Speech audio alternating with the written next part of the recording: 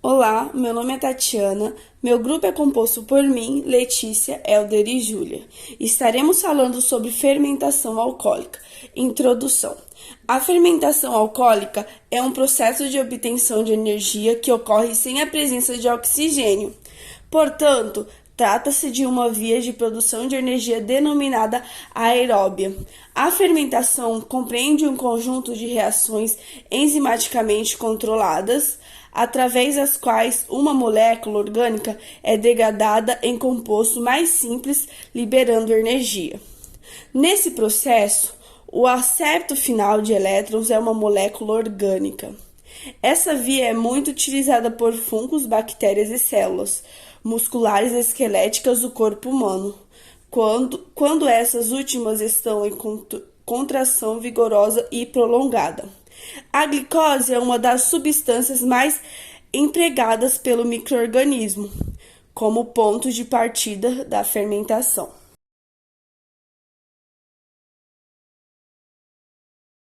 Só em 1875 que o famoso microbiologista francês Louis Pasteur provou que a fermentação alcoólica era feita por leveduras vivas e não por uma reação química. Nessa fermentação, a levedura se alimenta do açúcar e produz, como resultado, álcool e gases. Por isso, as leveduras são amplamente usadas na biotecnologia. Devido à sua capacidade de fermentar açúcares, podemos produzir cervejas, vinhos, pães e álcool combustível. Mas elas não servem apenas para isso. Algumas espécies são capazes de fazer coisas ainda mais incríveis. A levedura Yerhoia lipolítica é capaz de degradar o explosivo TNT e alguns efluentes industriais. A Saccharomyces cerevisiae, que é a famosa pelo pão e bebidas, também tem potencial de biorremediação, eliminando poluentes tóxicos como o arsênio de efluentes industriais. Já a levedura Saccharomyces boulardii é utilizada como suplemento probiótico para manter e restaurar a microbiota natural do trato gastrointestinal. Glicólise. É importante ressaltar que as reações químicas da fermentação são equivalentes às da glicólise, as quais ocorrem no fígado do organismo humano. A desmontagem da glicose é parcial e são produzidos resíduos de tamanho molecular maior que aqueles gerados na respiração aeróbia, e o rendimento final da fermentação em produção da ATP é baixo. Na glicólise, cada molécula de glicose é desdobrada em duas moléculas de ácido pirúvico, com liberação de hidrogênio e energia por meio de várias reações químicas. O hidrogênio combina-se com moléculas transportadoras de hidrogênio, NAD, formando NADH mais H+, ou seja, NADH2. No caso das moléculas musculares estriadas, a fermentação ocorre no citosol e inicia-se com a glicólise, isto é, a quebra de glicose em duas moléculas de piruvato. O piruvato pode também se transformar em álcool e CO2, que também são posteriormente eliminados. A substância a ser produzida depende do organismo em que o processo ocorre, mas quando se transforma em álcool, a fermentação é chamada de alcoólica. A fermentação alcoólica, também conhecida como fermentação do etanol, é a via anaeróbia realizada por leveduras, na qual açúcares simples são convertidos em etanol e dióxido de carbono. Tanto na fermentação alcoólica quanto na lática do NADH, doa seus elétrons e é convertido em NAD+. É isso.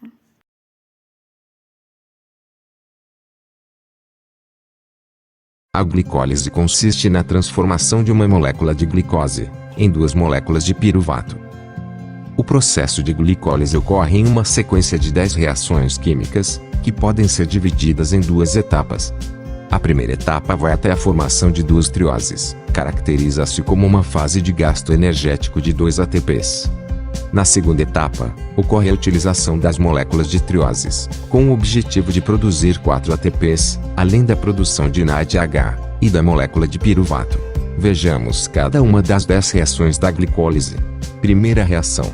Esta etapa tem por finalidade adicionar um fosfato na molécula de glicose no carbono de número 6. dando origem à molécula de glicose 6-fosfato. Isso impede que a molécula de glicose retorne para a corrente sanguínea, ao mesmo tempo em que a direciona para que possa ser utilizada em meio intracelular. A adição de fosfato é mediada pela enzima isocinase com gasto de ATP. A reação mediada pela enzima isocinase é irreversível. Segunda reação. Nesta etapa do processo, a molécula de glicose 6-fosfato sofre a ação da enzima fosfoglicose isomerase, sendo transformada no isômero frutose 6-fosfato. Esta reação é reversível. Terceira reação. A frutose 6-fosfato sofrerá a ação da enzima fosfofrutocinase, a qual promove a fosforilação da frutose 6-fosfato com gasto de ATP, transformando-se na molécula de frutose 1,6-bisfosfato. Esta reação é irreversível. Quarta reação. Esta etapa é mediada pela ação da enzima aldolase, a qual promove a quebra da molécula frutose 1,6-bisfosfato em duas trioses, de hidroxiacetona fosfato e gliceraldeído 3-fosfato. Esta é uma reação reversível. Aqui finaliza-se a primeira etapa da glicólise, fase caracterizada pelo gasto de ATP. Quinta reação.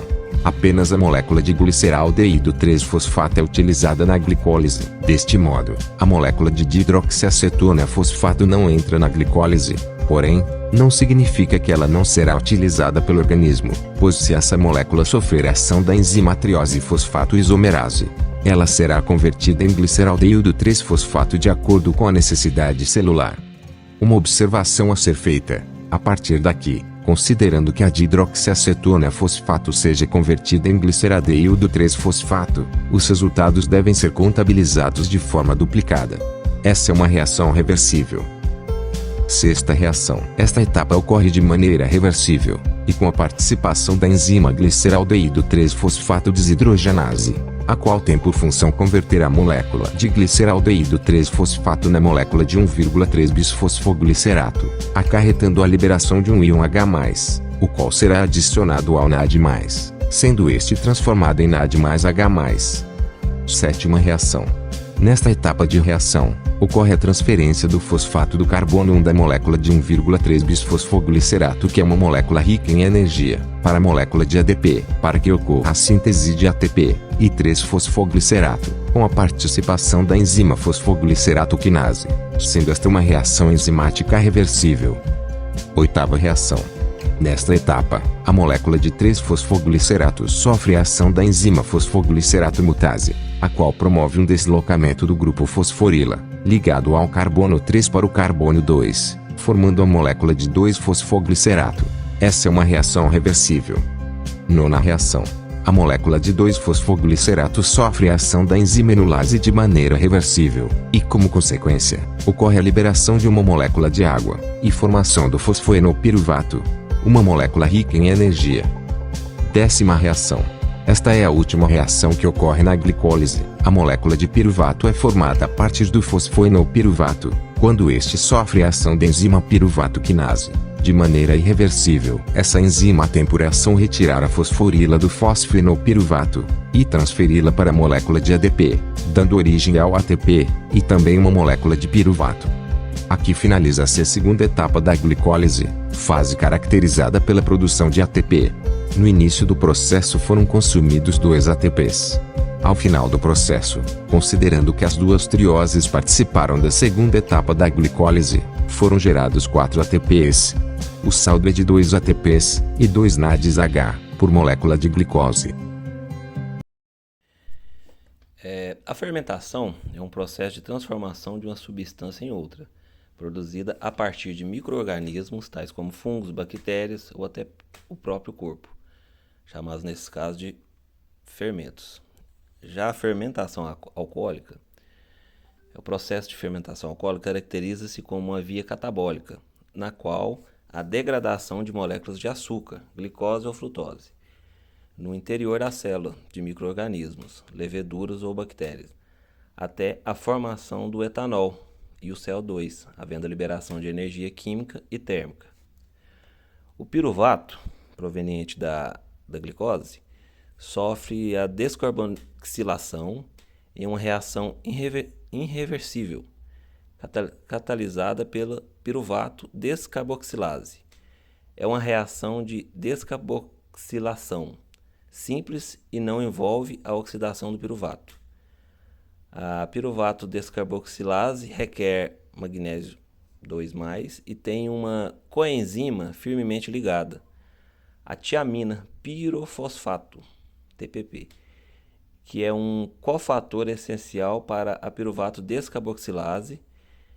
Esse fator irá proporcionar a estabilidade e a reação da troca de carga negativa. Através do álcool desidroxinase, o acetaldeído é produzido a etanol, com o NAD, NADH, derivado da atividade da gliceraldeído 3-fosfato desidrogenase, fornecendo poder redutor. Portanto, os produtos finais da fermentação alcoólica são a glicose mais 2 ADP mais 2 piruvato a 2 etanol mais 2 CO2 mais 2 ATP com mais 2 H2O. E como exemplo de fermentação alcoólica, nós temos o vinho, que corresponde a uma baixa produção de energia, onde a levedura precisa transformar muito açúcar em álcool para assegurar suas necessidades energéticas. Nessas condições, a capacidade de multiplicação do açúcar em álcool é grande em relação ao peso da levedura. A composição exata do açúcar foi determinada por Guy Lussac. É ainda de sua autonomia a equação que descreve a fermentação alcoólica. Ou seja, para cada 180 gramas de glicose, resulta em 92 gramas de álcool etílico e 88 gramas de carbono. A proporção do álcool contida no vinho é medida em graus alcoólicos, segundo os princípios de Guy Lussac. Assim, por exemplo, quando se diz que um vinho tem 11 graus GL, significa que contém 11% de seu volume de álcool. Sendo assim, 100 ml de vinho, 11 ml são álcool puro.